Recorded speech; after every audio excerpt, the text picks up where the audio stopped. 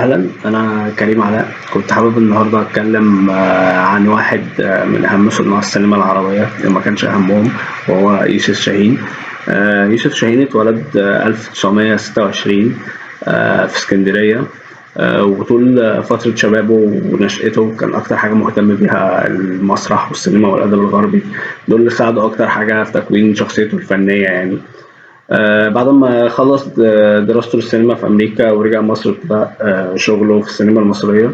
كان باين جدا على أعماله إن هو بيمزج ما بين جينرز كتيرة جدا مختلفة زي السياسة والكوميديا والمزيكا والاستعراض والفن.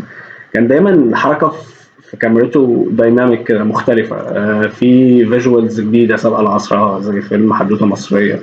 وأفلام تانية كتير كانت أفلامه بتحمل يعني شوية قضايا مهمة زي قضايا سياسية زي الاستبداد والفقر، زي فيلم باب الحديد اللي كان أول فيلم ترشح عربي أفريقي ترشح لجائزة الأوسكار يعني. وبس كده. يوسف شاهين مخرج جريء، قدر يكسر التقاليد وقدر يعمل بصمه خاصه في صناعه الافلام، وده خلى الافلام بتاعته موجوده لحد النهارده. السينما عند شاهين كانت سلاح ضد الظلم. في العصفور مثلا كانت بتكشف الاحباط بعد نكسه 67، وفي عوده الابن الضال بيورينا ازاي السلطه بتاثر على الافراد باسلوب بصري وقوي وبيعبر عن القهر والاستبداد. الهويه كانت دايما سؤال كبير في افلامه. اسكندريه ليه بيحكي رحلته بين الشرق والغرب، وفي حدوته مصريه بيحاول يعيد فهم نفسه وحياته بلغه سينمائيه جديده. في المصير مثلا بيتكلم عن ابن رشد كرمز للعقل في مواجهه التطرف، اما وداع بونابرت فبيفتح ملف العلاقه ما بين الشرق والغرب في زاويه تاريخيه جديده. ومن الفلاحين العمال شاهين كان صوتهم، زي مثلا الارض بيحكي نضال الفلاحين للحفاظ على الارض بتاعتهم بزاويه تصوير مختلفه. اما باب الحديد فبيورينا الحياه القاسيه اللي عايشين على الهامش. وكمان الموسيقى عند شاهين مش مجرد خلفيه، ده عنصر اساسي في الحكايه، زي مثلا في عوده الابن الضال. الاغاني بتنقل الاحلام المفقوده، وكمان اسكندريه كمان كان بيمزج ما بين الواقع والفن.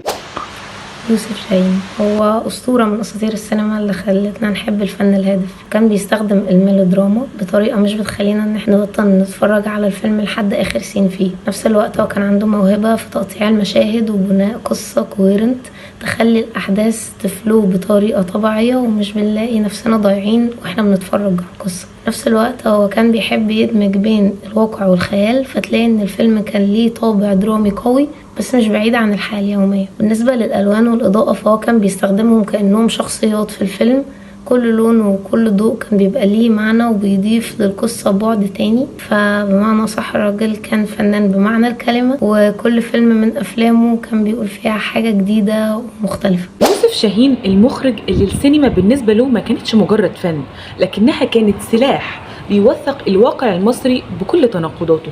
في فترة كانت مصر بتمر بتحولات سياسية واجتماعية ضخمة، من ثورة يوليو لنكسة 67. شاهين قدر يترجم كل ده في أفلامه اللي واجهت الرقابة وكسرت التابوهات. تأثره بدراسته في هوليود ساعده على تطوير أدواته الإخراجية، لكنه فضل صوت الشعب المصري وإنه ينقل معاناة البسطاء وصراعات الهوية والحرية.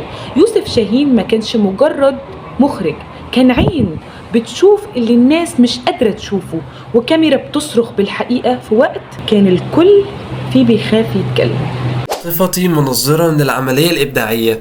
دوري متمثل في أن أنا أطبق نطاق أكاديمي علشان أحلل أفلام يوسف شاهين باستخدام نظرية المؤلف. أقدر أدرس إزاي أسلوبه البصري وهويته الفنية اتأثرت بسبب تجاربه الشخصية، ومن خلال نظرية النوع أقدر استكشف ازاي يمسك شاهين ما بين الأنواع التقليدية ويتحداها، ازاي قدر يستخدم عناصر تاريخية وسياسية لصياغة سردياته الفريدة. كمان النهج التحليل النفسي يسمح لي ان انا اتعمق في مواضيع اللاوعي وتصويره للهوية وديناميكيات القوة، كاشفا كيف تؤثر تلك الديناميكيات على سرده القصصي.